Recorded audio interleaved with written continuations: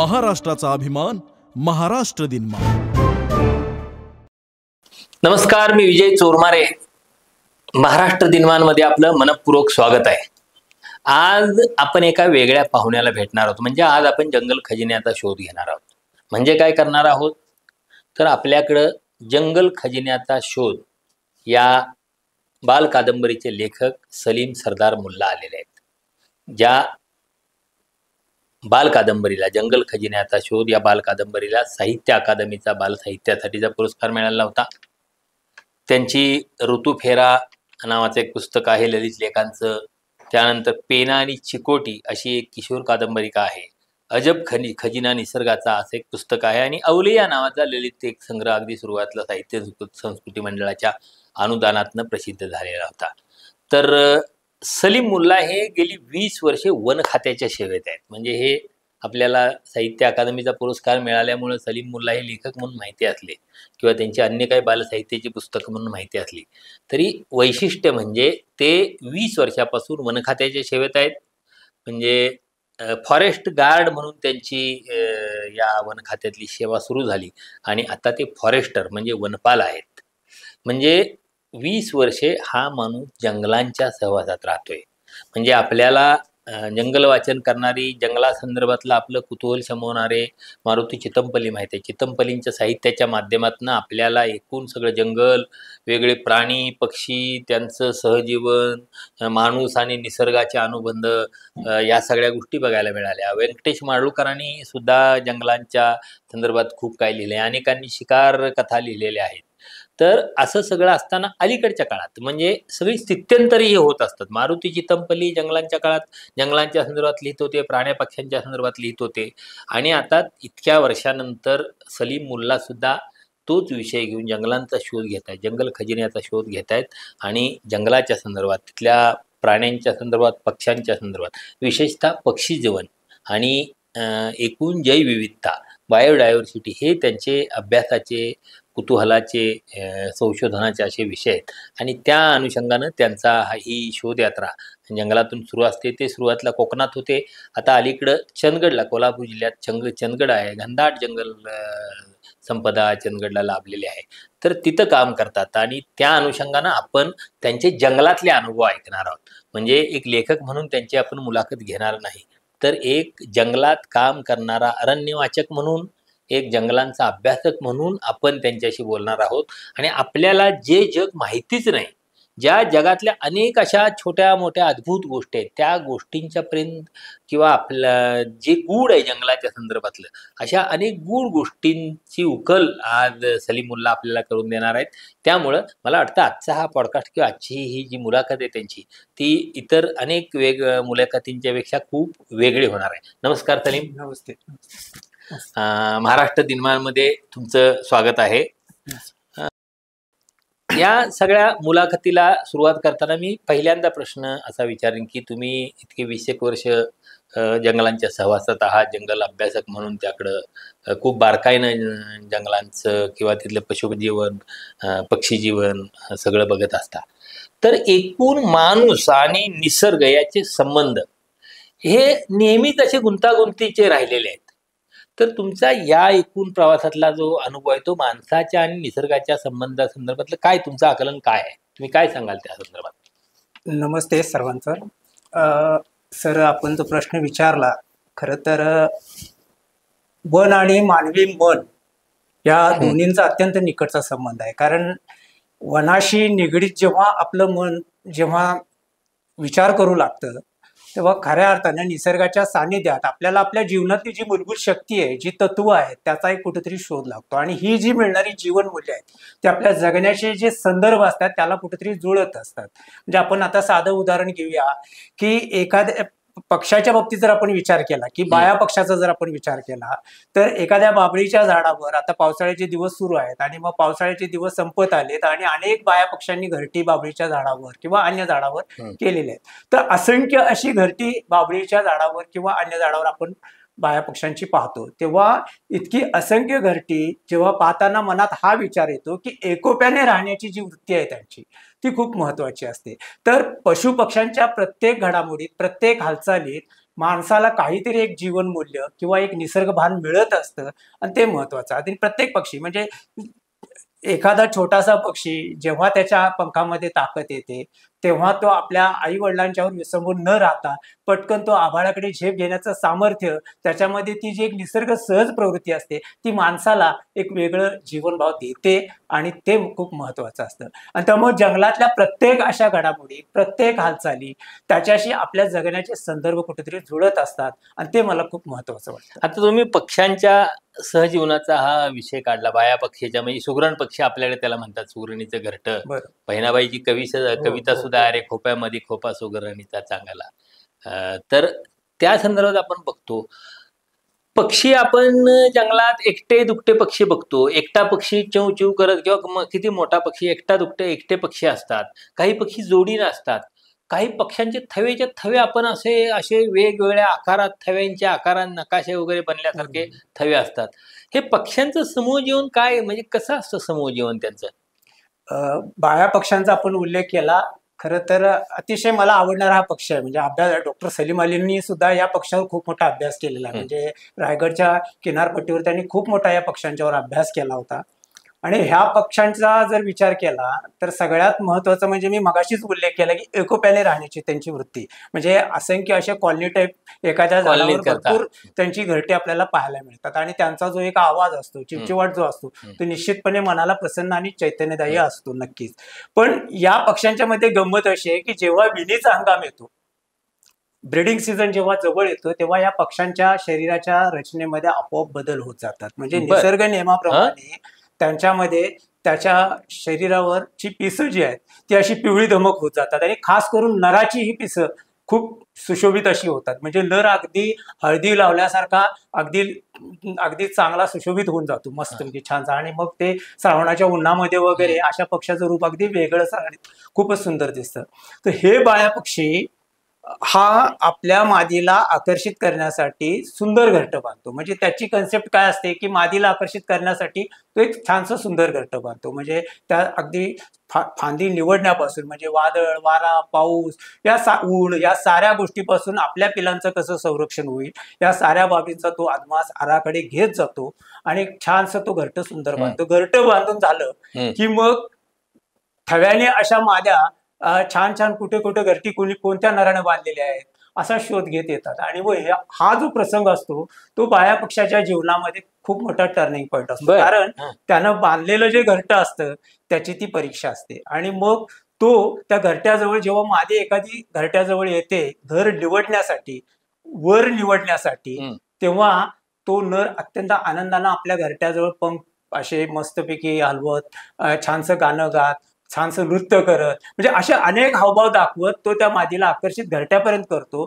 आणि ती मादी, जसं आपण एखादा फ्लॅट निवडताना कसे आत जाऊन छान चोखपणे बघतो, त्याची निवड करताना आपल्या आवडी निवडी किंवा आपल्या गरजा या साऱ्या गोष्टींच्या ज्या पद्धतीनं, त्याप्रमाणे ती मादी घरट्यात फिरून बघते, घरट्याची बांधणी कशी आहे, त्याची विण कशी बांधलेली आहे, गवताचा कशा पद्धतीनं त्याने रचना व्यवस्थित केलेली आहे की नाही, या साऱ्यांचा अभ्यास केल्यानंतर जर तिला ते घरटं पसंत पडलं तर ती मादी त्या घरट्यात बसून राहते. तेव्हा त्या नराला लक्षात येतं की आपलं घरटं या मादीला पसंत पडलेलं आहे आणि मग त्याचा आनंद वेगळाच असतो. आणि नंतर मग ते नर आणि मादी दोघे मिळून अत्यंत छानसं नृत्य करून, छानसं तिथं वेगवेगळे हावभाव, म्हणजे जो डिस्प्ले असतो त्यांचा, जी त्यांची अभिव्यक्ती असते आनंदाची, ती खूप मजेशीर असते. आणि मग नंतरचा त्यांचा प्रवास, त्यांचं सहजीवन सुरू होतं. पण हे घडत असताना याच पद्धतीनं त्याच झाडावर अनेक असंख्य अशा लोकांनी घरटी बांधलेली असतात नरांनी. काही नरांना त्या माद्या येऊन भेटतात, काहींना अर्धी घरटी बांधलेली असतात, पण ती मादी ते घरटं पसंत करत नसते. त्यावेळेला त्याची जी असणारी मानसिकता आहे किंवा त्या ज्या घडामोडी आहेत, या सारा अभ्यासाचा विषय खूप महत्वाचा आहे. आणि असे एकत्र पद्धतीनं एक दुसऱ्याच्या सुखदुःखासाठी सहभागी होत सहजीवनाचं हे नातं त्यांचं खूप महत्वाचं असतं. घरटं निवडल्यानंतर नर मादी आपल्या पिलांचे छानसे दोघे मिळून देखभाल करतात, आपल्या पिलांचे संरक्षण करतात. आणि सगळ्यात महत्वाची गंमत म्हणजे तो नर बाया जो आहे, एक घरटं बांधल्यानंतर पुन्हा दुसरं घरटं बांधण्याकडे तो वळतो. अशी आपल्या त्या ब्रीडिंग सीझन मध्ये 2, 3, 4 अशी असंख्य घरटी तो बांधतो. आणि जितकी तो छान घरटी जास्त बांधले तितक्या त्या माद्या आकर्षित करण्यामध्ये यशस्वी होतो. आणि या पद्धतीचं त्यांचं जे हे सहजीवन आहे किंवा थव्यामध्ये सुद्धा ते एकत्र संध्याकाळची वेळ असेल तर एकोप्याने ते बाहेर जातील, गवतबी टिपतील, किडामुंगी टिपतील आणि पुन्हा एकत्र ते येतील. तर या साऱ्या पद्धतीचं सहजीवनाचं त्यांचं जे नातं किंवा त्यातले असणाऱ्या ज्या गोष्टी आहेत ह्या खूप महत्वाच्या असतात आणि मानवी जीवनाला कुठेतरी ते एक निसर्गभान, एक वेगळं जीवन मूल्य मिळू शकतं त्यामुळे. नाही, आता मला यातनं आणखी एक कुतूहलाचा प्रश्न असा की काही घरट्यांच्या मध्ये म्हणजे मादीशिवाय ज्या म्हणजे असं असू शकतं की काही घरटी मादी पसंतच करत नाहीत, म्हणजे काही नरांना मादी मिळतच नाही.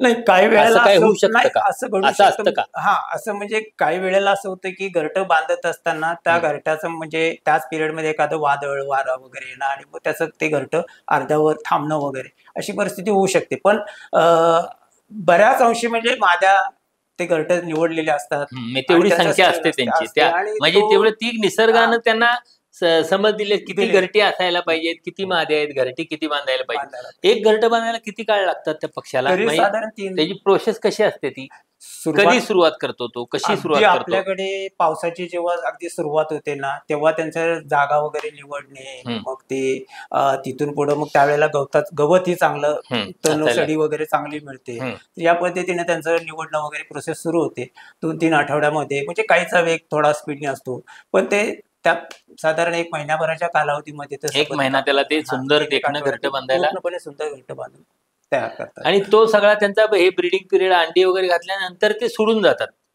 सोडून जातात त्यानंतर. म्हणजे म्हणजे एक घरटं पुन्हा पुढच्या वर्षी वापरलं असं होतं कधी? नाही होत. मग दुसरे काही असे पक्षी वगैरे असतील तर असं इतर पक्ष्यांच्या बाबतीत घडतं की जसं इतर पक्ष्यांनी काही घरटी बांधलेली आहेत आणि त्यामध्ये दुसरे पक्षी नंतर त्याचा वापर करतात. हा. कावळ्यांच्या बाबतीत तसं होतं की हम्म. त्यांचं घरटं पुन्हा दुसरे कावळ्या त्याच जागी दुरुस्त करून वगैरे पुन्हा रिपेअर वगैरे करून वापरू शकतात. हम्म. त्या पद्धतीने ते चाललेलं असतं. पण हम्म. बाया पक्ष्यांचं घरटं शक्यतो ते पुढच्या वर्षापर्यंत लवकर खराब होतं, त्यामुळे ते पुन्हा वापरात येण्यासारखी फारशी नसते, परिस्थिती नसते. नसते कारण ती गवतापासून बनलेली असते. त्यामुळे मग काही त्याची- लोक ते आणतात आणि आपल्या घरात शोपी हे हा, म्हणून ती लावतात. लोकांच्या काय? मध्ये साधारण पूर्वीची अशी समजूत आहे की हे घरटं म्हणजे पाळण्यावर वगैरे पूर्वी बांधत होते की हा. ज्यामुळे आपल्या घरात पाळणा हलतो वगैरे, अशी एक हा, हा. लोकांची समजूत होती. आणि पण त्या नाही, पद्धतीनं- अलीकडे सुद्धा लोक आणि- आधुनिक ह्याच्यात ते घरात हे म्हणून लावतात, शोपीस हा, म्हणून म्हणजे आपलं एक सुखी त्याचा वापर. घराचं एक छानसं घर, आनंदी घर, घर. अशा अर्थानं लोक ते त्याकडे बघतात एक प्रतीक म्हणून आणि मग आपल्या घरी ते घरटं वगैरे आणतात.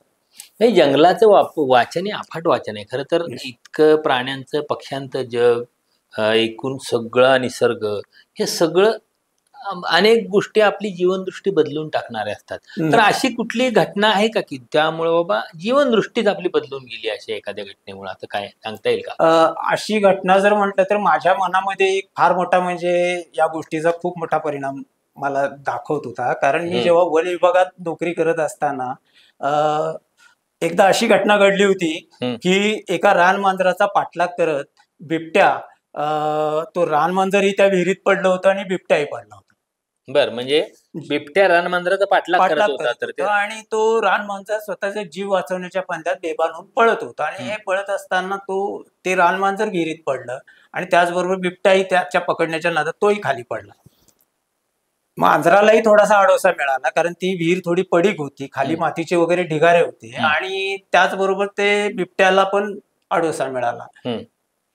वन विभागाची तिथं सबंध टीम जाणं, त्यानंतर तो पिंजरा खाली सोडून त्या बिबट्याला सुखरूपपणे बाहेर काढणं, या साऱ्या प्रोसेसमध्ये काही अवकाश नक्कीच गेलेला होता. आणि त्या पिरियडमध्ये माझ्या मनामध्ये हा एक प्रश्न सातत्यानं होता की इतका वेळ म्हणजे मगाशी विहिरीच्या बाहेर अगदी जीव गेल्यासाठी बेभान झालेला बिबट्या, पण जेव्हा ते विहिरीत दोघे अत्यंत खूप जवळच्या अंतरावर होते पण बिबट्याने त्याच्यावर कुठे हल्ला केलेला नव्हता. म्हणजे माणूस जसं एखादं माणसाच्या जीवनामध्ये जेव्हा खूप मोठ्या अडचणी किंवा संकट येतात त्याला माणूस आपल्यातलं वैरत्व विसरतो. अगदी साधं उदाहरण म्हणजे या पद्धतीने मी जेव्हा त्या बिबट्याकडे पाहिलं की बाबा त्यांच्या समोर त्यांचं जगण्या मरण्याचा प्रश्न, त्याचं खाद्य तो ज्याचा पाठलाग करत ते समोर होतं, तरी पण त्या बिबट्याने त्याच्यावर हल्ला का केला नसेल हा प्रश्न नेहमीच माझ्या मनामध्ये राहिला आणि तिथून मला एक वेगळी दृष्टी नक्कीच मिळाली होती. निसर्गात म्हणजे खूप गोष्टी आपल्याला लक्षात येतात, हे वेगळी जीवनदृष्टी मिळते, पण काही गोष्टी अशा गूढ असतात, ते गूढ उकलत नाही, पण गूढ उकलत नाही तरी सुद्धा आपल्याला त्यातून काहीतरी संदेश मिळतो, असं काय असू शकतं? आता या तुमच्या प्रश्नाच्या अँगलने जर आपण विचार केला तर मला एक अशी गंमत वाटते की संत कबीरांनी म्हटलंय, कागा कासोले कोयल कासोते, कावळा तुमच्याकडून काय घेतो आणि कोकिळ तुम्हाला काय देते. कागा कासोलेत कोयल कासो देत, एक बाणी के कारण जगापण असो करलेत.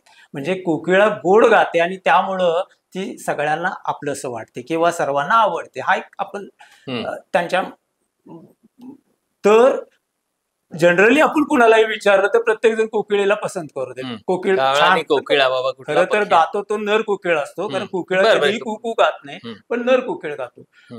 पण जेव्हा मी असं सांगेन की कोकिळेचा जेव्हा ब्रीडिंग सीझन येतो त्याच समांतर कालावधीमध्ये कावळा कावळीचा पण ब्रीडिंग सीझन असतो, म्हणजे विणीचा हंगाम असतो. गंमत अशी होते की कावळा कावळीन धडपडून काऊळ काठ्या आणून मेहनत घेऊन हेरसारा मारून कुठेतरी छानसं आपलं घरटं बनवतात, त्यात कावळीन आपली अंडी घालते वगैरे. याच कालावधीत त्यांची फसगत करून कोकिळा कावळ्याच्या घरट्यामध्ये अंडी घालते. आता तो क्षण आहे की ज्या वेळेला कावळीन बाहेर गेलेली आहे, त्याची फसगत करून कोकिळा त्या घरट्यात बसलेली आहे आणि कोकिळेने त्या घरट्यात अंडे घातलेले आहे. कावळीच्या अंडी घातलेल्या घरटेच्या जवळ ती कोणाला फिरकू देत नाही. नाही होय, पण त्याला ते फसगत करण्यामध्ये तो नर कोकिळ पण मदत करत असतो. म्हणजे तो जवळपास तिथं घरट्याजवळ येईल, कुहू करत तो बाजूला क्विक करत बाजूला जाईल. अशा वेळेला मग पटकन तो कुहूच्या आवाजाने कावळा कावळीन त्याच्या मागे धावतील आणि मग कोकिळा काय करेल, तर घरट्यात बसेल आणि अंडे घालून निघून जाईल. कोकिळांच्या पाठला कावळे त्यांचा हे करतात. हा, म्हणजे हे काय गुड आहे मला माहिती, पण कावळा आणि कोकिळ यांच्यामध्ये केव्हाही तुम्ही बघा सतत ते एकमेकाचा पाठला करताना किंवा एकमेकाच्या म्हणजे या पद्धतीनं त्यांच्यातलं जे काय थोडस एकमेकाशी भांडणं वगैरे आपण बघतो तेव्हा आपल्याला अंदाज येतो. पण कोकिळा अंडी घालते आणि निघून जाते. पण प्रश्न असा येतो की जेव्हा कावळीन आपल्या घरट्याजवळ येते तेव्हा ती का विचार करते की आपली अंडी 2 होती का 3 होती, मग आता 4 का दिसतात, 2 का दिसतात, 1 अंडे वाढले का, हे अंकगणित किंवा हे या पद्धतीचं मोजमाप ती कुठेही करत नाही. अनाभिज्ञपणे ती काय करते, ती आपलीच अंडी समजून उभवते आणि मग नंतर ती अंडी उभवल्यानंतर त्यातून कोकिळेचं पिल्लू ते लवकर जन्माला येतं. कावळ्यापेक्षाही कोकिळेचं पिल्लू जलद वाढतं. म्हणजे कावळा कावळीन आपल्या पिल्लासाठी जेव्हा खाद्य आणतात तेव्हा ते कोकिळेचं पिल्लू हे आपलं समजून ते खाद्य आणतात. पण होतं असं की कोकिळेचं पिल्लू जलद त्याची वाढ होते, तो मोठा धष्टपुष्ट होतो. त्याच्या धडधाकट हालचालीमुळं बऱ्याचदा त्या कावळ्याची पिल्लं सुद्धा त्या घरट्यातून काही वेळेला एखादं खाली कोलमडून पडतं. पण ती कोकिळेचं पिल्लू आपलं समजून त्याला खाद्य पुरवत असते. हा जो विचार आहे, ज्या वेळेला ते पिल्लू त्या घरट्यातून निघून जाईल त्यावेळेला आपल्याला लक्षात येईल की ती कावळी अत्यंत भाबडे मनानं निस्वार्थपणे निसर्गानं किंवा निसर्गाला त्याला दिलेलं जे मातृवात्सल्याचं जे एक देणगी आहे ती त्याला तिथे त्याच्यापर्यंत पोहोचते. तर हे गुड जर कावळीला जर ते कळलं असतं की बाबा कोकिळेचं हे अंड आहे तर कदाचित ती त्याच वेळेला ती उगवलं नसतं किंवा ते पिल्लू कोकिळेचं आहे हे तिला जर कळून आलं असतं तर ती निश्चितपणे त्या पिल्लाचं संगोपन केली नसती. पण तसं होत नाही. निसर्गाचं हे फार मोठं गुण आहे. हे या गोष्टी अनाकलनीय आहेत आणि त्याचा शोध घेताना आपल्याला निसर्गातल्या अनेक गमती जमती अनेक कुतूहल आपल्याला मिळत जातात आणि आपला जीवनाकडे बघण्याचा दृष्टिकोन नक्कीच बदलतो. खरं तर कावळा आपण नेहमी बघत असतो, कावळ्याचा वेगवेगळा वर्तन व्यवहार बघत असतो. कावळ्याच्या वेगवेगळ्या अवस्थेतलं त्याचं वेगवेगळं प्रकारचं वर्तन हे सगळं आपण सातत्यानं बघतो. काय म्हणजे काय कावळ्याच्या संदर्भातले काय निरीक्षण आहेत तुमचे एकूण, म्हणजे काय सांगाल एकूण कावळ्याच्या वर्तन व्यवहाराच्या संदर्भात? म्हणजे हे कोकिळेचं अंड उभवणं हे तो परोपकार हा एक आहे, पण एक कावळा म्हणून म्हणजे कावळाने एकटा म्हणून राहतो, कावळा कावळी जुडी नसतात, पुन्हा कावळे थव्या नसतात. म्हणजे कावळे त्यांच्यातल्या एखाद्या कावळ्याला कोणी स्पर्श केला तर त्यांचा पुन्हा ते वेगळा दंगा असतो, एखादा कावळा मरून पडल्यावर त्यांचा वेगळा आक्रोश असतो. शक्यतो म्हणजे किंवा संध्याकाळी कुठल्या तरी झाडावर कावळ्यांची शाळा भरली म्हणतो आपण. असं त्या कावळ्यांची शाळा जेव्हा आपण बघतो तेव्हा तो कावळ्याचा आपण थवाच बघत असतो. कावळे हे थव्यानीच राहत असतात. पण ज्या वेळेला विणीचा हंगाम येतो म्हणजे त्यांचा ब्रीडिंग सीझन जो काय कालावधी असतो त्या हंगामामध्ये ते काय करतात की कावळा एखादी कावळी जेव्हा त्यांची निवड होते, नर आणि मादीची निवड होते, तेव्हा ते थव्यापासून बाजूला ती होते. प्रोसेस कशी असते कावळ्याची नर मादी निवडीची?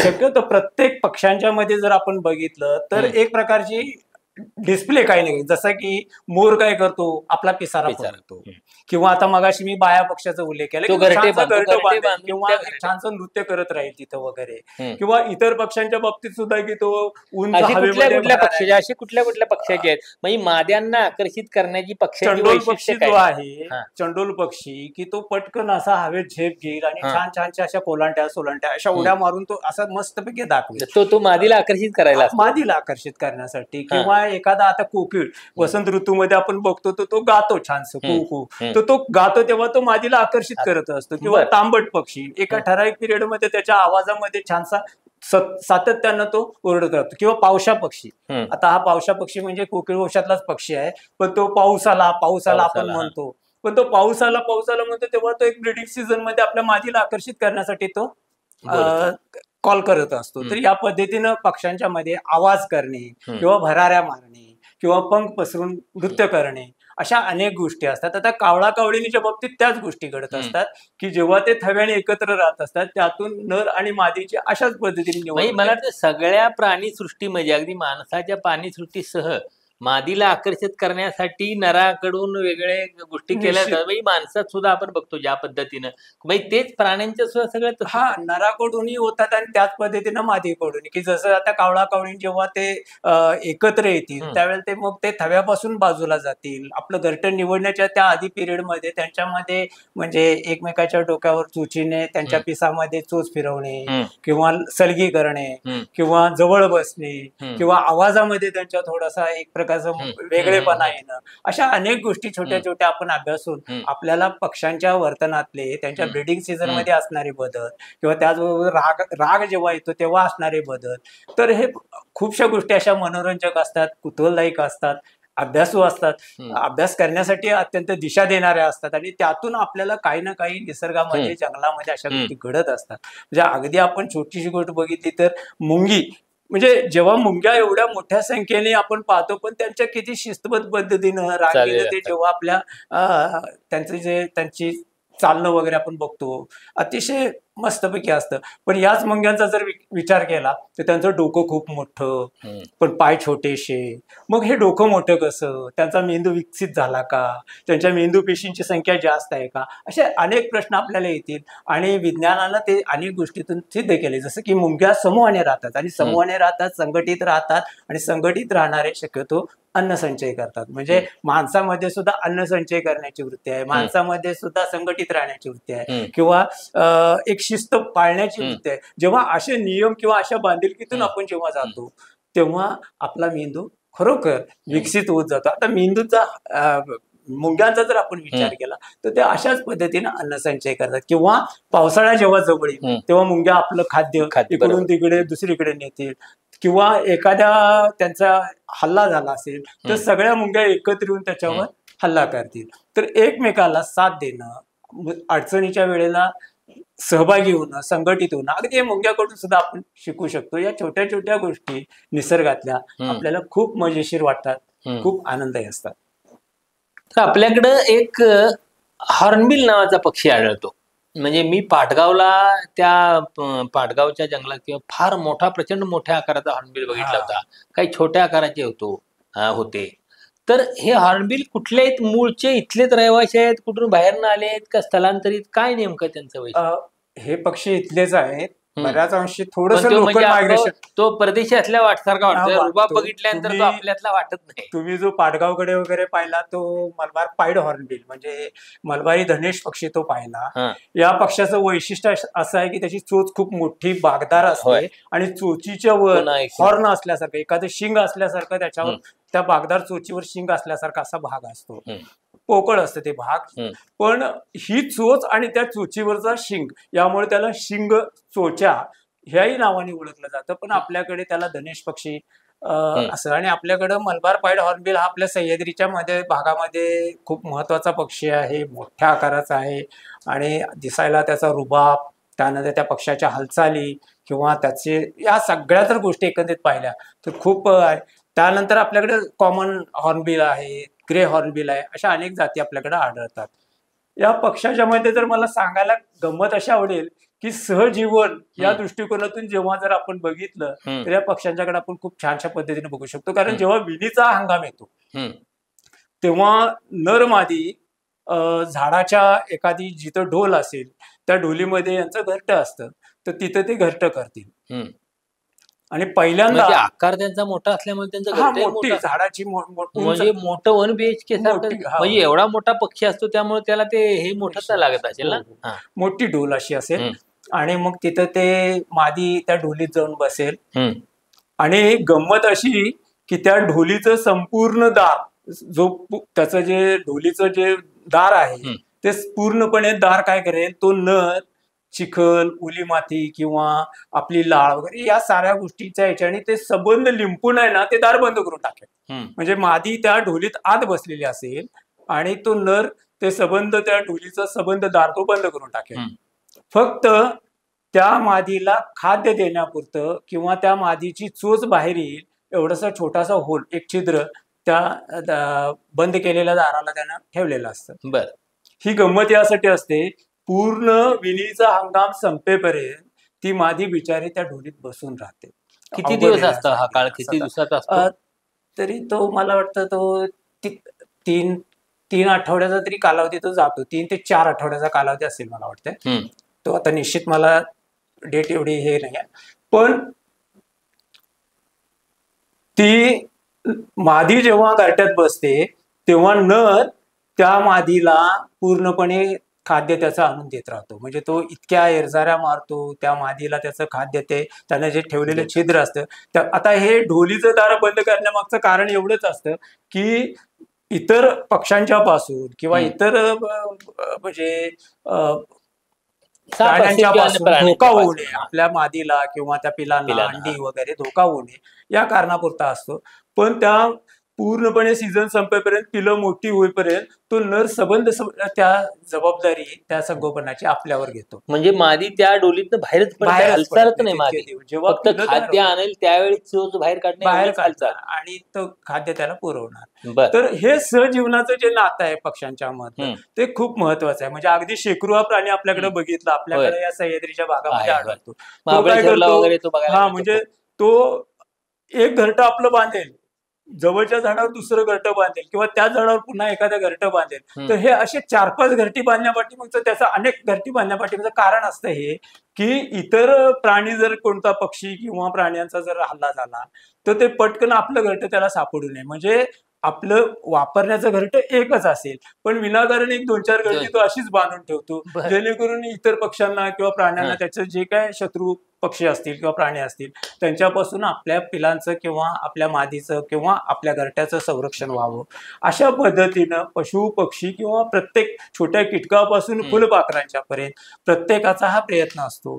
अगदी गंमत म्हणजे आपल्याकडं जी फुलपाखरं आपण रंगीत खूप छान छान सुंदर सुंदर अशी बघतो, तर ह्या छान आणि सुंदर जितक्या रंगाची आकर्षक फुलपाखरं आहेत त्या फुलपाखरांची बऱ्याचदा अळी जी असते, म्हणजे फुलपाखराच्या अनेक अवस्था आहेत की अंडी, त्यानंतर सुरवंट वगैरे. तर सुरवंट अवस्थेमध्ये असताना जास्त करून थोडेसे पॉयझनस असणाऱ्या ज्या वनस्पती आहेत, म्हणजे ज्याच्यातून चीक निघतो वगैरे, अशा वनस्पती जसं, तर अशा वनस्पतीवर ती अळी जाऊन त्याची पानं कुरतडून खाईल. त्यानंतर तिथंच आपलं स्वतःची कोशावस्थेत जाईल आणि त्यातून निघणारी फुलपाखरं जी आहेत ती सुंदर असतील. आता सबंध त्याचं खाद्य आहे ते एखाद्या विषारी वनस्पतीपासून असल्यामुळे त्यांच्या शरीरामध्ये सुद्धा एक प्रकारचं पॉयझनस अशा पद्धतीनं भिनलेलं असतं, जेणेकरून त्या रंगीत फुलपाखरांचं एक प्रकारे ते संरक्षण होण्यासाठी त्यांच्या शरीरामध्ये ती प्रतिकार क्षमता किंवा त्याचबरोबर इतर पक्षी सुद्धा पटकन हल्ला करताना थोडा विचार करतात. फुलपाखरावर करत नाहीत. जे रंगीत फुलपाखरं असतात, मला असं म्हणायचं की रंगीत फुलपाखरं आहेत पण त्यांचं जे खाद्य जे आहे म्हणजे ते सगळे विषार याच्यात, म्हणजे सौंदर्य आहे ते. म्हणजे अशा पद्धतीने आपण विचार करू शकतो. तर निसर्गातल्या अशा अनेक गोष्टी आहेत कुतूहलाच्या की आपल्याला त्या खरोखर म्हणजे काहीतरी मनोरंजक वाटतात. हम्म. काही वेळेला त्या अभ्यासाचा एक विषय वाटतात हम्म. की आपल्याला त्यातून काहीतरी एक वेगळं दाखवतं. जसं मी फुलपाखराचं म्हटलं हम्म. की त्या सुंदर सुंदर जी फुलपाखरं बऱ्याच अंशी म्हणजे हम्म. असं जास्तीत जास्त बायस असा माझा आहे की ते अशी विषारी वनस्पती वगैरे असतील, ज्याचा चीक येणाऱ्या अशा वनस्पती असतील, हम्म. तर त्याच्यावर त्यांचं म्हणजे ती सुरवंट वगैरे कोशावस्थेत राहील हम्म. वगैरे. तर हे कसं की त्यामुळे त्या कोशावस्थेत असताना त्यांचं संरक्षण होतं हम्म. आणि त्या विषारी वनस्पतीपासून त्यांच्या शरीरामध्ये सुद्धा त्या पद्धतीची एक शक्ती तयार होते. हम्म. तर आता आपल्याकडे गिधाडांचंही प्रमाण खूप कमी झालंय. म्हणजे अलीकडे गिधाडांचं पूर्वी प्रमाण माझ्या लहानपणी खूप गिधाडे दिसायचे, पण आता गिधाड कुठं असतं? गिधाडांचं वास्तव्य कुठं असतं मुळात गिधाडांचं? गिधाड हे म्हणजे का तर ते एरवी तुम्हाला कुठं दिसत नाहीत. एखादी पड पडली म्हणजे जनावर मरून पडलं की तिथे येतात, पण एरवी असतात कुठं ती? खूप मोठे असे कातळकड्याचे जे डोंगर आहेत तशा हम्म. कपारीमध्ये वगैरे त्यांची घरटी आपल्याला पाहायला म्हणजे मिळतात. जंगलाशी त्यांचा काही संबंध नाही. जंगलाचाच कातळ कपारीचा भाग बरं, असेल, जंगलाचा. जंगलाशीच असं नाही तर कातळ कपारीचा भाग असेल आणि हम्म. उंच ठिकाण असेल, हम्म. अशा ठिकाणी आपल्याला गिधाडांची घरटी वगैरे पाहायला मिळतील. हम्म. आपल्या कोकण किनारपट्टीवर अजूनही काही ठिकाणी घरटी आहेत. हम्म. पण मला तुम्ही जर सांगितलं तर तुमच्याच भागामध्ये काही कारणास्तव माझ्या आईच्या नोकरीमुळे मी भेडसगाव वगैरे परिसरात हम्म. राहायला होतो. आईच्या नोकरीमुळे मला लहानपणी साताळीचा डोंगर तुम्हाला माहित असेल, खरोखर म्हणजे मोठ्या संख्येनं तिथं मी त्यावेळेला गिधाडं लहानपणी पाहत होतो. पण नजीकच्या 20-25 वर्षाच्या कालावधीमध्ये माझ्या लहानपणानंतर एक 25 वर्षानंतर अशी परिस्थिती निर्माण झाली की खरोखर गिधाड पुन्हा हम्म. पाहायला मिळणं म्हणजे एक अत्यंत म्हणजे दुर्मिळ योग असा हम्म. गोष्ट घडलेली आहे. पण गिधाडांची संख्या कमी होणं त्या पाठीमागं खूपशी कारणं आहेत. पण डायक्लोफिनॅक सारखी औषधांचा वापर होणं, त्यानंतर त्यावेळेला जंगलाचा ऱ्हास होणं, या सगळ्या गोष्टी अनेक आहेत. पण गिधाडांची संख्या कमी झालेली आहे आणि त्यांचं संरक्षण संवर्धनाच्या दृष्टीनं सुद्धा खूप प्रयत्न सुरू आहेत. आता थोडेसे नाही तर काही त्याला आपल्या ह्याच्यावर सफाई कामगार असं मानलं जातं ना. हो, गिधाड हो, म्हणजे हो. हे आपले म्हणजे कावळे सुद्धा सफाई कामगार आहेत आपल्याकडे, किंवा कोल्हा हा प्राणी म्हणूया, किंवा इव्हन मुंग्या सुद्धा आपण जर विचार केला तर हे सफाई कामगारच आहेत. म्हणजे अगदी घरात तुमच्या थोडीशी साखर पडली तर ते तुम्ही झाडून काढण्याआधीच ते मुंग्या केव्हा घेऊन जातील. तर सफाई याचा पण तू आता गिधाड मला आठवलं, वटवाघळांचं सुद्धा असं प्रमाण कमी झालंय असं जाणवतं का अलीकडं? का वटवाघळ आहे? वटवाघळाचं प्रमाण कमी होणं म्हणजे निश्चित आहे. म्हणजे इव्हन निसर्ग घटकामध्ये जैवविविधतेचा जर विचार केला तर आपल्याकडचे पशु पक्षी हम्म. प्राणी या साऱ्यांचा अधिवासच मुळामध्ये थोडासा अडचणीत आहे. तर या अधिवासामुळे आपल्याला त्याची संख्या कुठं ना कुठं तरी निश्चितपणे कमी दिसते. पण वटवाघळांची संख्या जी आपण पूर्वी पाहत होती की खूप मोठ्या संख्येने आणि असायचं. ठिकठिकाणी झाडावर दिसायची लटकलेली, अं, आता तसं त्या प्रमाणात दिसत नाही. वटवाघुळांना छोटे छोटी फळं देणारी फळं जी असतात ते त्यांचं मुख्य खाद्य असतं समजा. तर अशा पद्धतीनं फळं असणारी किंवा या पद्धतीचे झाडं वगैरे यांची संख्या जर निश्चितपणे जास्त असेल तर तिथं आपल्याला वटवाघळ वगैरे दिसू शकतील. पण मला वाटतं त्यांचं म्हणजे मागं इथल्या काही कोल्हापूरच्या लोकांनी त्यांचा अभ्यास केला होता. कोल्हापूरची वटवाघळ संध्याकाळी रत्नागिरीपर्यंत जायची रोज, आणि रत्नागिरी असतं परत यायची ती. म्हणजे त्यांचा असा पल्लाही रोजचा असा फिरण्याचा याचा लांबचा असायचा. कसं आहे की प्रत्येक म्हणजे वटवाघळाच्या बाबतीत निश्चितपणे खाद्याच्या शोधात म्हणा किंवा काही वेळेला त्यांचं थोडं लोकल मायग्रेशन होत असेल तर ह्या साऱ्या पद्धतीने विचार केला तर त्यांचं ते अंतर खूप आहे त्या मनाने. पण स्थलांतरित पक्ष्यांचा जर विचार केला आता मूळ मला तिथं स्थलांतरित तिथून तर हे निसर्गामध्ये एक फार मोठं गूढ आहे. कारण जेव्हा उत्तर भारतामध्ये आपल्या किंवा उत्तर गोलार्धात खूप मोठी थंडी पडते कडाक्याची वगैरे, जेव्हा बर्फ पडायला लागतो, परिस्थिती अशी होते की बर्फ पडल्यामुळं सबंध जमीन बर्फाळ होते. त्याचबरोबर बर्फाळ जमीन झाल्यामुळे किडे मुंग्यांचा तुटवडा होतो किंवा झाडं संबंधपणे बर्फाने आच्छादित होतात आणि त्यामुळे झाडावरची पण फळं किंवा काही खाद्य वगैरे मग अन्नाचा तुटवडा आणि या साऱ्या अडचणीमुळं ते पक्षी स्वतःच्या संरक्षण म्हणजे तिथलं टेम्परेचर एकदम मायनस मध्ये जातं. अशा परिस्थितीत ते पक्षी स्वतःचा जीव वाचवणे, स्वतःचा वंश टिकवणे आणि या अनेक कारणामुळं हे पक्षी आपल्याकडं स्थलांतर करून येतात. हिवाळ्यामध्ये हजारो मैलांचा म्हणजे अगदी खंजन पक्षी हा चिमणी एवढा असतो. कुठला खंजन धोबी पक्षी, बॅकटेल म्हणतात त्याला. तर हे बॅकटेलचे बर्ड्स म्हणजे त्याच्यामध्ये 2-3 प्रकारचे आपल्याकडे स्थलांतर करून येतात. म्हणजे येलो बॅकटेल वगैरे, पिवळा धोबी पक्षी. तर हे जे पक्षी आहेत आपल्याकडे छोटे छोटे चिमणी एवढे सुद्धा, जर त्या पक्ष्यांचा आकार बघितला तर हे पक्षी हजारो मैलांचा प्रवास करून येतात. ह्या गोष्टी म्हणजे आपल्याला खूपच म्हणजे अतिशय म्हणजे आश्चर्य वाटणार आहेत. म्हणजे तुतारी सारखा पक्षी आपल्याकडे येतो, किंवा आता मी जो खंजन म्हटला, किंवा अनेक प्रकारची बदकं म्हणजे कुट्स आहेत, डपचिक आहेत, अनेक बदकं आपल्याकडे म्हणजे चक्रवाक पक्षी आहेत, हे आपल्याकडे स्थलांतर करून येतात. अगदी फ्लेमिंगो सुद्धा आपल्याकडे स्थलांतर करून आपल्याला मोठ्या होय. संख्येने आपल्याकडे थाव्याने येतात. आपल्याकडे फ्लेमिंगो स्थलांतर करून येणारा पक्षी फ्लेमिंगो एवढंच आपल्याला माहिती आपल्याला आहे जनरल सर्वसामान्य काही माणसाला. थोडे बहुत प्रमाणात स्थलांतर होतं. म्हणजे अगदी हा जो आपला परिसर आहे, चंदगड, आजरा, गडिंग्लज किंवा आपल्या कोल्हापूर पर्यंत हा परिसर, म्हणजे इव्हन सह्याद्रीचा हा जो भाग आहे, तो चातक सारखा पक्षी, तो सुद्धा आपल्याकडे काही थोड्या प्रमाणात स्थलांतर करून या हिवाळ्यामध्ये आपल्याला पाहायला मिळतो.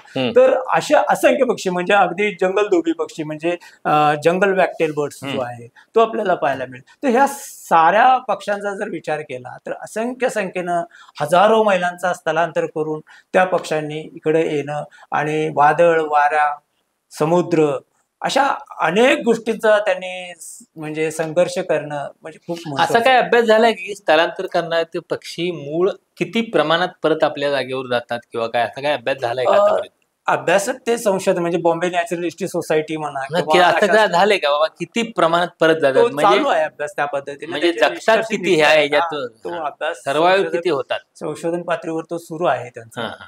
त्यासाठी पक्ष्यांच्या काय गळ्यामध्ये स्थलांतरित पक्षाचे आणखी काय तुम्हाला आढळलेले वैशिष्ट्य किंवा त्यातले निरीक्षण काय? मला एक म्हणजे यामध्ये म्हणजे माझ्या कुतूहलाचा विषय असा आहे की हे जे स्थलांतरित पक्षी जेव्हा आपल्याकडे येतात, जेव्हा एखादा आपल्याकडे इकडचं तळ त्यांना निवडतात आणि मग इथं ते स्थलांतर करून आल्यानंतर काही दिवसाच्या वास्तव्यासाठी म्हणजे तात्पुरता मुक्काम असतो, तर ते मुक्कामासाठी जेव्हा ते जागा निवडून तिथे राहतात, तेव्हा इथले जे लोकल पक्षी आहेत ते त्यांच्याशी खूप सलोख्याने राहताना दिसतात. ही गोष्ट मला खूप गमतीदार वाटते. किंवा ते पक्षी जेव्हा तात्पुरते इथे राहतात तेव्हा पुन्हा निघून जेव्हा जायची त्यांची कालावधी येते तेव्हा त्यांची मानसिकता काय असू शकते, या गोष्टीने मी तेव्हा विचार करतो की आपण एक ठराविक दिवसासाठी इथे आलेलो आहोत आणि ते काही दिवस आपण राहून आता पुन्हा इथून निघून जाणार आहोत.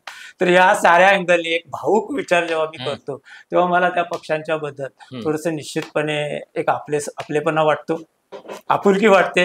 आणि स्थलांतरित पक्षी अगदी शेकाट सारखे पक्षी मोठ्या संख्येने आता या दिवसात आपल्याकडे दिसायला लागले.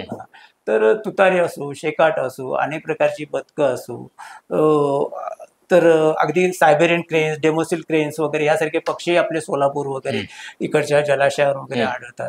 तर ह्या साऱ्या पक्ष्यांचा अभ्यास करणं, त्यातून आपल्याला खरं तर हे आलेले पाहुणे पक्षी सुद्धा आपल्या जीवनामध्ये एक आनंदाचा भाग आहे.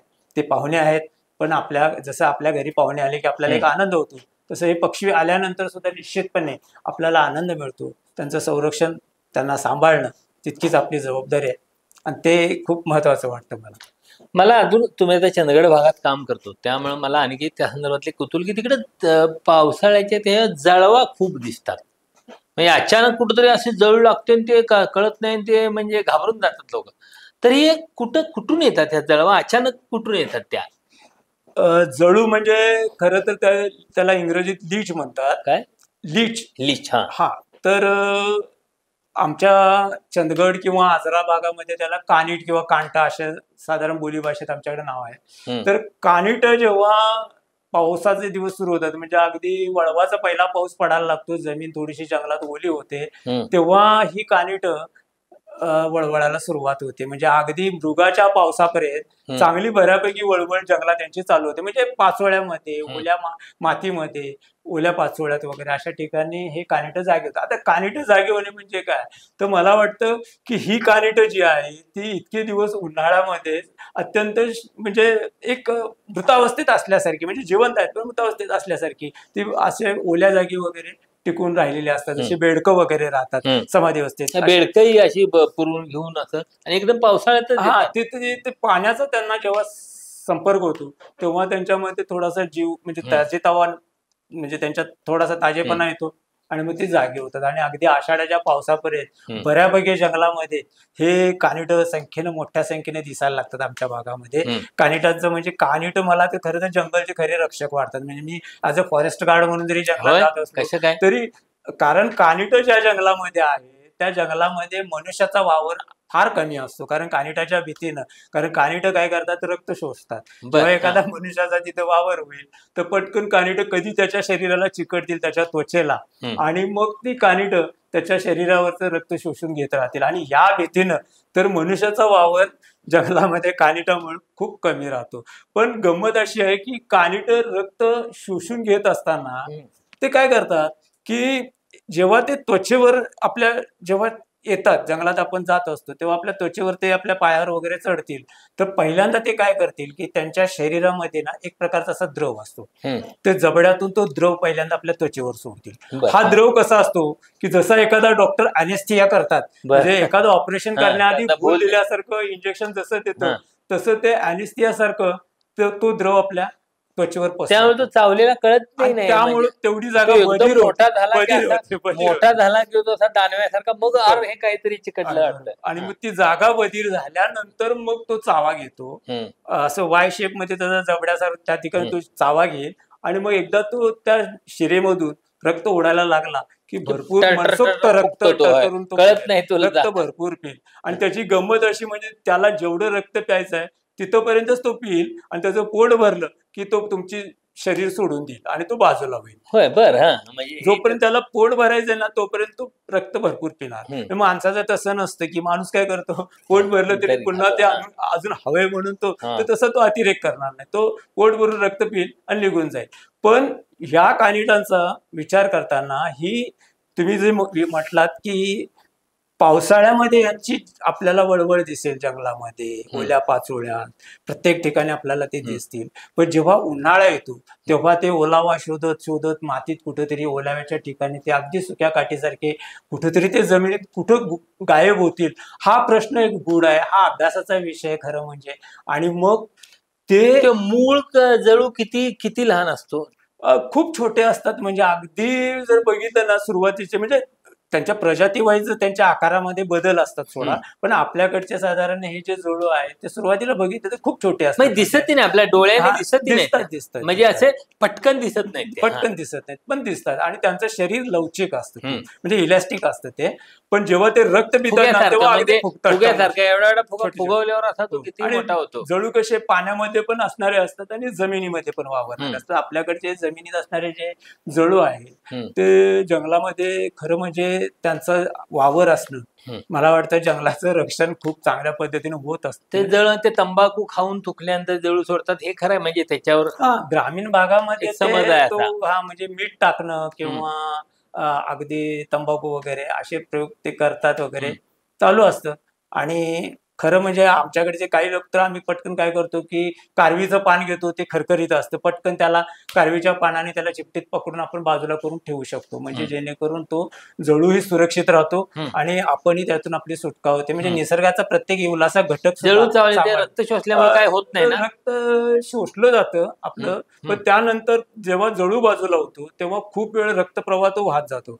म्हणजे कसं आहे की तो जो द्रव सोडलेला असतो त्यावेळेला रक्त पातळ होण्याचा जो गुणधर्म असतो त्यामुळे ती जागाही बधीर झालेली असते आणि रक्त पातळही झालेलं असतं आपलं. म्हणजे त्यामुळे तो रक्तप्रवाह सतत सुरू होतो. तो बराच वेळ तो रक्तप्रवाह सुरू झाल्यामुळे आपलं रक्त कमी वाया जातं, ते रक्त गोठत नाही. आणि मग नंतर काही दिवसांनी ती जखम भरून येईल, पण थोडीशी खाज येणं वगैरे अशा छोट्या छोट्या गोष्टी, पण फारसं असं ते धोकादायक वगैरे नाहीये. काही धोकादायक असे जळू आहेत वेगवेगळ्या जंगलामध्ये, पण आपल्याकडचे जळू आहेत ते ज्याच्यामुळे थोडी खाज वगैरे सुटेल. पण मी अशी गंमत बघितली की आमच्याकडे मी जंगलात असताना एक मनुष्य असा, म्हणजे जंगलातला मनुष्य भेटला की त्याला जळू लागला. पटकन त्याने काय केलं, आपल्या खांद्यावरचं कांबळं जे होतं, घोंगडं जे होतं, त्या घोंगड्याचा थोडासा तुकडा त्या काढला त्याने, ते मॅचिसनं तो जाळला घोंगड्याचा तो थोडासा हे, आणि त्याची ती भुकटी जी आहे ती जळालेली राख ती त्यानं ते जळू चावलेल्या जागी त्याने ती लावली. आणि काही वेळातच थोड्या वेळात तो रक्तप्रवाह थांबला. तर लोक आपापल्या पद्धतीनं उपचार करत असतात. पण आपल्याकडं बला नावाची जी वनस्पती असते जंगलामध्ये वगैरे, तर त्याचाही रस वगैरे काही ठिकाणी चुरगळून तो लावला जातो. तर हे ग्रामीण भागामध्ये किंवा जंगलातल्या परिसरातले लोक आपापल्या पद्धतीनं जळूवरही करत असतात. पण जळू जेव्हा पावसाळ्यात त्यांचं जीवन असतं, ते जेव्हा उन्हाळा सुरू होतो तेव्हा ते ओल शोधत मातीत कुठेतरी लपून बसतील, आणि त्यानंतर पुढचा पावसाळा येऊपर्यंत तो उन्हाळ्याचा जो त्यांचा जीवन संघर्ष आहे तो खऱ्या अर्थाने त्यावर आपल्याला विचार करणं महत्वाचं. पर तुला आता एवढे वर्ष 20 वर्ष तू जंगलांच्या सहवासात आहे, तर या 20 वर्षात जंगलांच्या सहवासात वावरल्यानंतर सगळी एवढी सजीव सृष्टी बघितल्यानंतर तुझ्या आयुष्यभरात स्मरणात राहील असं जंगलातला काय प्रसंग आहे, काय सांगशील तू? मी रत्नागिरीत नोकरीला असताना एकदा म्हणजे बिबट्याकडून पाळीव प्राण्यावर हल्ला होणे यासारख्या घटना घडत असतात. आणि मग वन विभागाकडून पाळीव प्राण्याची जर नुकसानी झाली असेल, म्हणजे पाळीव प्राणी मारला गेला वगैरे, तर त्याला नुकसान भरपाई वगैरे मिळते. तर प्रसंग असा होता की एक शेतकरी तो जंगलातून आला आणि मग त्यानं आपलं पाळीव प्राणी वगैरे मारल्याचं सांगितलं. मग त्याचा पंचनामा वगैरे करणं, त्याच्या जाग्यावर जाऊन वस्तुस्थिती पाहणं, या गोष्टी करण्यासाठी मला तिथं जाणं गरजेचं होतं. आणि मी त्या व्यक्तीबरोबर जेव्हा त्या स्पॉटला निघालो, जागेवर जेव्हा आम्ही दाट जंगलात जेव्हा जाऊन पोहोचलो, तेव्हा अगदी काही अंतरावर आम्ही होतो, म्हणजे थोडं अंतर होतं आणि आम्हाला लांबून ते मारलेलं पाळीव प्राणी जिथं त्यानं मारून बिबट्यानं गेला होता ते थोड्या अंतरावर दिसत होतं. आणि त्याच वेळेला आम्ही दोघे बोलत बोलत आम्ही येत होतो. अचानक असं ढग गडगडल्यासारखा असा काहीसा आवाज आला आणि मला म्हणजे असा भास की आपण ढग गडगडते की काय, अशा या दिवसात तर पाऊस पडत नाही, मग ढग कसं, असा क्षणाने मी थोडस वर बघायकडे कल होता. पण त्याच वेळेला तो माझ्याबरोबर आलेला जो मनुष्य होता ज्याचं ते पाळीव प्राणी मारलं, तर तो म्हटलं, साहेब तो कसं बरं बिबट्या गेला तो बिबट्या त्यानं आधी पाळीव प्राणी तो मारला होता, त्या जागी तो पुन्हा जवळ आलेला होता तिथं ते खाद्य खाण्यासाठी. आणि मला क्षणभर त्याची हालचाली क्षणभर दिसली, पण मी स्पष्टपणे तो बघू शकलो नाही. पण त्याचं गेल्यानंतर त्यानं खाल्लेल्या खाद्याच्या खुणा, त्या ठिकाणी खाण्याच्या त्याचे जे मार्किंग्स असतात किंवा बाजूचं जे झुडपं वगैरे हल्ली, त्यामुळे तो बिबट्या खूप जवळच्या अंतरावरून तो होता. आणि आम्ही त्यावेळेला ते पंचनामा करण्यासाठी तिथे जात होतो. इथंपर्यंत ती गोष्ट माझ्यासाठी निश्चितपणे एक थोडीशी कुतूहलाची होती, थोडीशी साहसाची पण होती. पण थोड्या वेळाने जेव्हा त्या व्यक्तीचा मुलगा आणि त्याची बायको हे दोघे पुन्हा आले त्यांच्या घरापासून त्या जागेवर, तर ते खूप मोठ्याने रडत होती. तो मुलगा खूप रडत होता आणि तो इतका ढसाढसा रडत होता ना की मी ते विचारलं की बाबा हा रडतोय वगैरे मुलगा वगैरे, तर तो म्हणला की हा पाडा खूप महत्वाचा होता त्याच्यासाठी, कारण तो त्या पाड्याबरोबर कायम खेळायचा, डोंगरात इकडे तिकडे त्याला चारायला नेणं, घरात आणलं की त्याच्यावर खेळणं.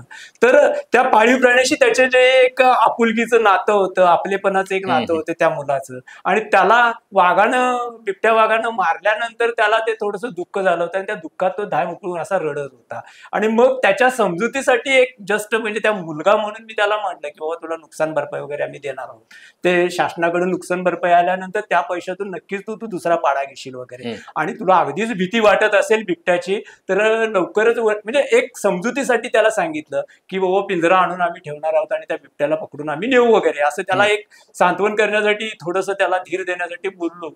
तर तो मुलगा पटकन उठून मला बोलला की साहेब नको म्हणाला, बिबट्याला नका नेऊ म्हणाला, कारण आमच्या शेतामध्ये आमची पिकं सांबर गवे एवढी नुकसानी करतात, माझे आई बाबा एवढे राबतात, आमच्या डोळ्यासमोर हे सगळी पिकं उद्ध्वस्त होतात वगैरे. तो छोटा मुलगा अगदी याच्याने सांगितलं. आणि बिबट्या असेल तर नक्कीच त्याच्या भीतीनं जनावरं पण थोडी कमी येतात, रानडुकरं नुकसानी करतात वगैरे.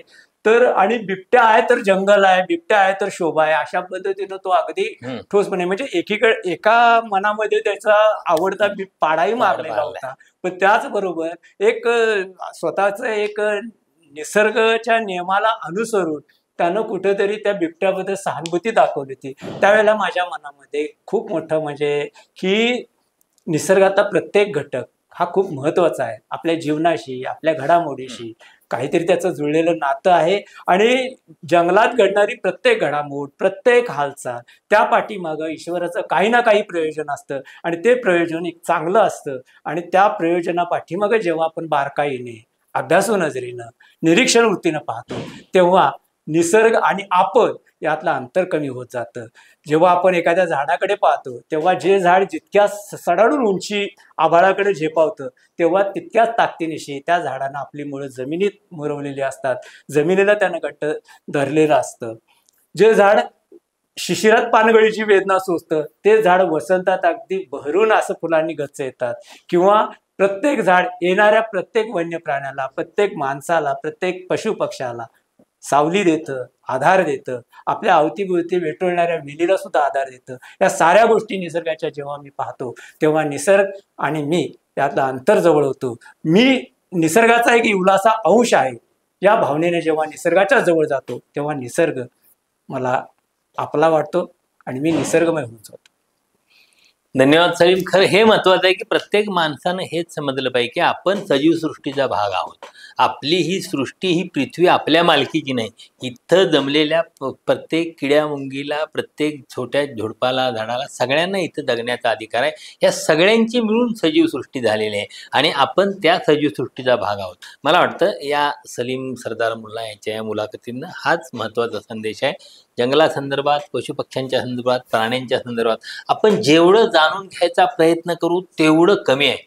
म्हणजे प्रत्येक जंगलाची प्रत्येक भेट आपल्याला नवीन शिकवत असते आणि जंगलातला प्रत्येक अनुभव आपल्याला जगण्याची दृष्टी देत असते. मला वाटतं सलीमच्या या आत्ताच्या बोलण्यातून, या मुलाखतीतून आपल्याला एकूण आपलं सजीव सृष्टीचे असलेले संबंध, पशुपक्ष्यांशी, प्राण्यांशी, मानवाचे असलेले संबंध, या सगळ्याच्या संदर्भात काही एक महत्त्वाच्या गोष्टी हाती लागल्या असतील. मला निश्चित त्याची खात्री आहे.